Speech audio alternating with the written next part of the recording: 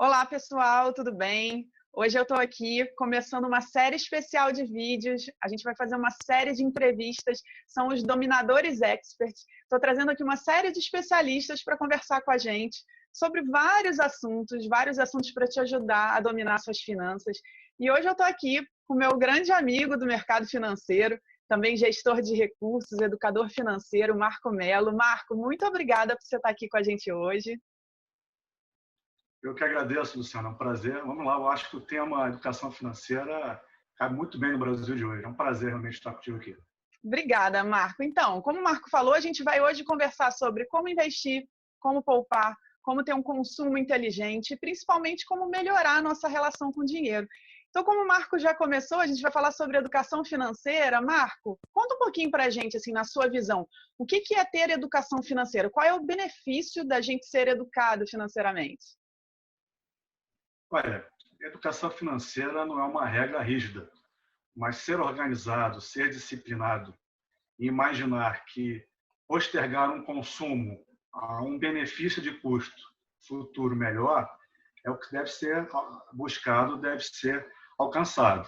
Antecipar demasiadamente consumos sem condição financeira tem um custo-valor presente enorme. Todo mundo conhece isso quando faz um financiamento louco, como infelizmente muitos brasileiros fazem, por exemplo, comprando um carro, pagando em financiamentos de 4 anos, você está pagando literalmente 2,5 carros, 2,5 carros. Isso é um exagero. Então, essa disciplina, essa organização, cada um deve pensar em alcançar. E, ao conseguir alcançá-la, já está educado financeiramente. E aqui no Brasil a gente não tem educação financeira como forte do país, né? Por que não é assim na história? Qual é a sua opinião assim, sobre isso?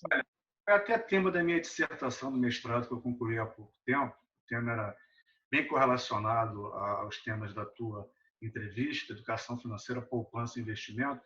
Eu fiz uma analogia, uma comparação do Brasil com outros países. A questão cultural no Brasil é muito forte. Isso vem da religião católica, da colonização. O de ter dinheiro não é bem visto, o que é um absurdo. Ter dinheiro de forma honesta, gerar riqueza ao se acumular dinheiro, gerando emprego, gerando crescimento econômico, isso importa sempre a qualquer país de forma temporal. Os grandes países se desenvolveram, conseguiram, seguindo essa fórmula, atingir esse modelo ideal. Então, isso é uma questão cultural. Infelizmente, Luciano, a grade educacional do Brasil hoje, no ensino básico e principalmente no ensino fundamental, ela é muito carente de educação financeira. Eu sou, inclusive, favorável à inclusão emergencial, hoje, para ontem, de educação financeira, já para a garotada, no máximo a partir de 15 anos de idade, se possível até no ensino básico.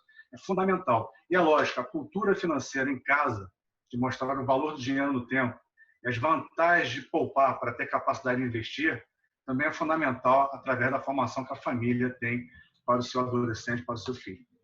Eu concordo com você, também sou super favorável a ter isso desde a escola. Inclusive, meus alunos, quando aprendem sobre isso, eles falam muito sobre isso. Eu devia ter aprendido isso na escola, faria muita diferença, eu acredito. Queria saber o seguinte, assim, eu tenho uma opinião que se as pessoas fossem educadas financeiramente, isso teria impacto até na economia do país. Talvez até a gente entendesse um pouco melhor crise, conseguisse de alguma maneira ter o nosso papel ali em ajudar o país a sair da crise. Você acha que isso faz sentido? Sem dúvida, mas o exemplo vem de cima. Se o governo federal, por exemplo, é um gastador nato e gasta muito mal, e todos nós sabemos que a crise de confiança, ou melhor, desconfiança gerada em função desses gastos estapafúrdios, desse déficit público que já temos há mais de 3 anos, não ocorresse, isso já geraria um grau de confiança maior e o exemplo seria dado. Agora, sem dúvida alguma, o Brasil é um caso crítico, onde a taxa de poupança sobre o PIB, eu calculo algo em torno de 14%, 15%, é baixíssima. Isso impede, isso cancela o investimento de curto prazo, gera um grau de desconfiança no empresário, no consumidor para consumir, no empresário para investir, ampliar a capacidade. Enfim, nós temos um problema realmente crasso de educação financeira do Brasil e, comparando com outros países, inclusive da América Latina, vamos falar México, Argentina, Chile, o Brasil está muito atrasado ainda. Então, essa questão cultural, ela começa cedo e ela tem que ser dada em termos de exemplo para a geração de confiança e aumenta a capacidade de investimento através do governo, que hoje é o nosso calo principal, sem dúvida alguma. Sabe, você falou uma coisa interessante, voltando um pouquinho no assunto, você falou sobre o quanto as pessoas às vezes acham que é feio ter dinheiro. Eu escuto isso muito, assim, das pessoas que me procuram, né? Ah, eu não quero ter muito, não, eu quero ter o básico para viver. E eu até brinco, eu digo assim, pô, a gente não diz que quer ter o básico de saúde, né? Ah, eu quero só um pouquinho de saúde, só um pouquinho de amor, mas as pessoas dizem, ah, só quero um pouco de dinheiro, eu quero ter o mínimo para viver. O que você pensa assim dessa relação nossa com o dinheiro e como é que isso poderia ser tratado de forma diferente? Tem alguma ideia assim do que a gente poderia fazer?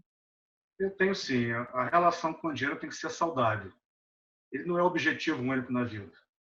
Ele é um instrumento que te permite alongar a tua qualidade de vida e dos seus familiares, as pessoas, amigos, enfim, quem convive com você.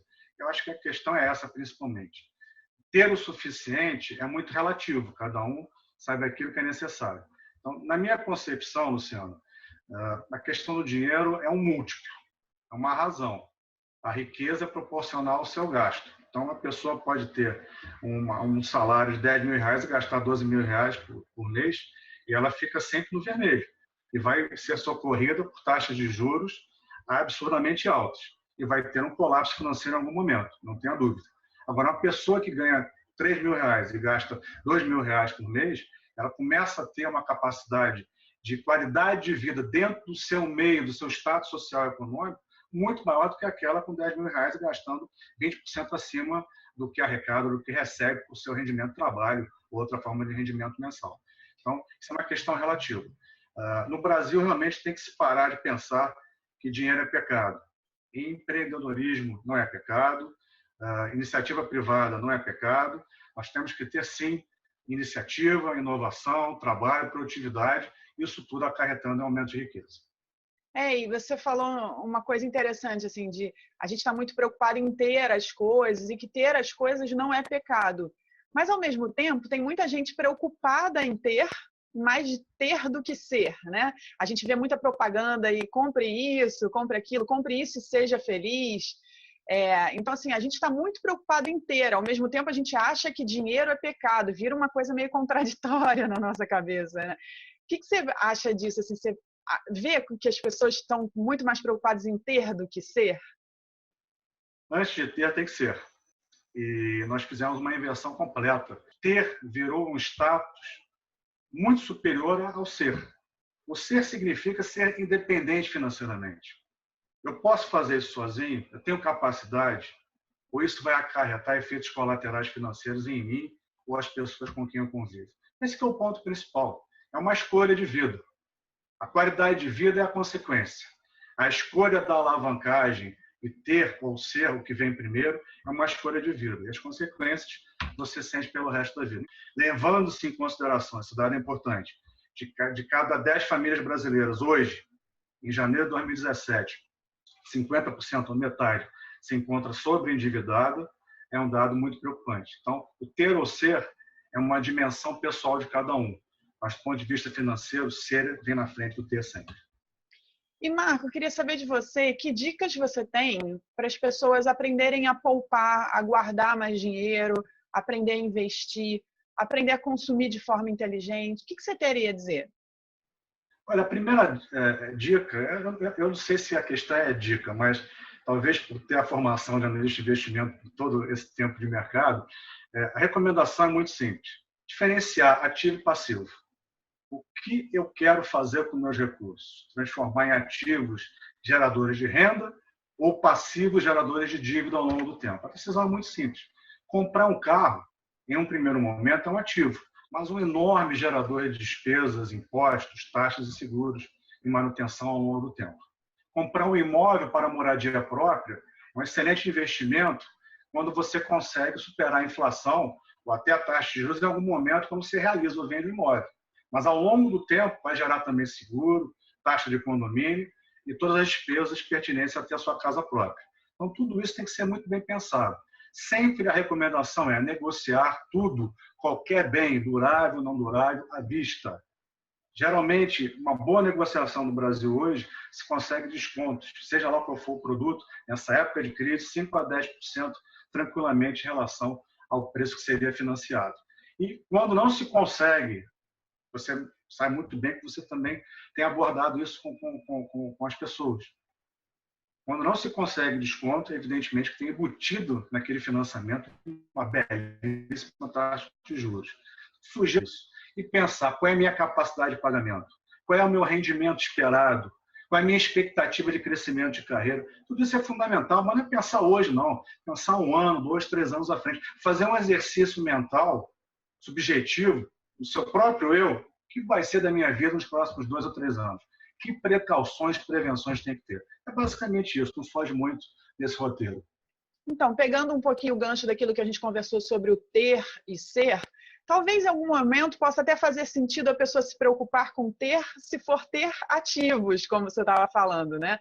Então, assim, as pessoas estão muito preocupadas em ter passivos, e aí não sei se para todo mundo isso é muito claro, mas os ativos é aquilo que a gente compra e que vai gerar renda para a gente. O passivo é aquilo que a gente compra e de que alguma maneira vai consumir mais a nossa renda. Então, por isso o exemplo do carro, do imóvel, como um passivo, né, Marco? E um ativo, o que seria um bom exemplo de um ativo, se a gente quer ter alguma coisa, e aí falando aí com o pessoal dos quase 30, que é o pessoal que me acompanha, o que seria um bom ativo? O que você sugeriria?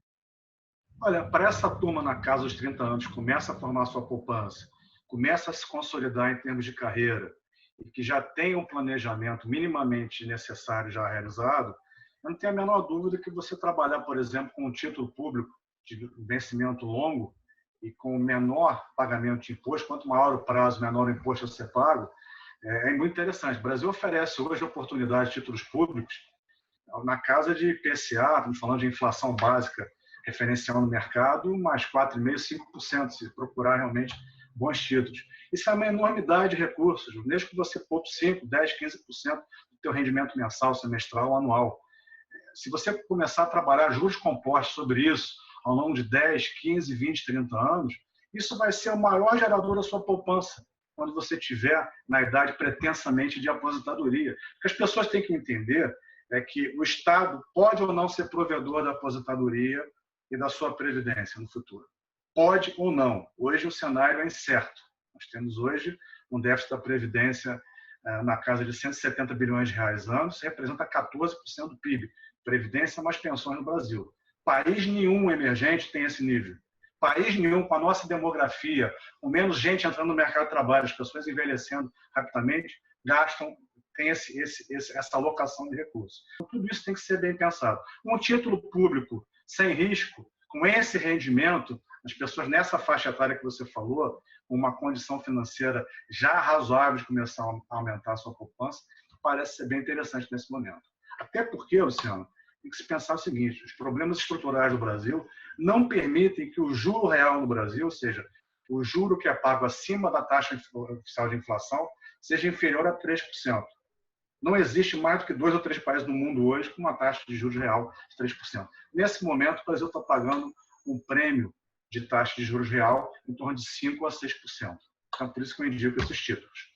Legal. Então, Tesouro Direto, mesmo aí com a gente ouvindo falar em queda da Selic, a Selic caindo, a taxa de juros caindo, essa é a tendência para o ano, já que a gente está falando aqui de recomendação, então Tesouro Direto ainda é a recomendação para 2017. O Tesouro Direto tem diversas vantagens. Ele é acessível a partir de qualquer capital, R$100 já pode ser utilizados em compra de Tesouro Direto. Basta se cadastrar em uma corretora de valores.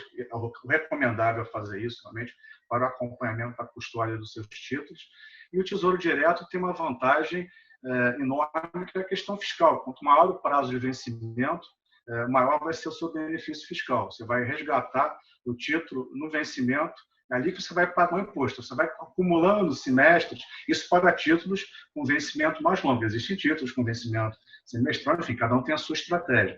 Agora, o Tesouro Direto, voltando a lembrar, para pessoas nessa faixa de idade, 30, 35 anos, sem a necessidade de um grande aporte de recursos, algum consumo, ou algum ativo gerador de passivo, carro, imóvel, tem que lembrar disso. Se for precisar do recurso nos próximos 2, 3 anos, 4 anos, é melhor trabalhar um pouco com um mix de liquidez. Aí um bom fundo de investimento, nesse momento, pós-fixado, talvez seja interessante realmente, com taxas de gestão, evidentemente, no máximo até 0,35%, 0,40% ao ano. Então, a ideia, a princípio, seria essa.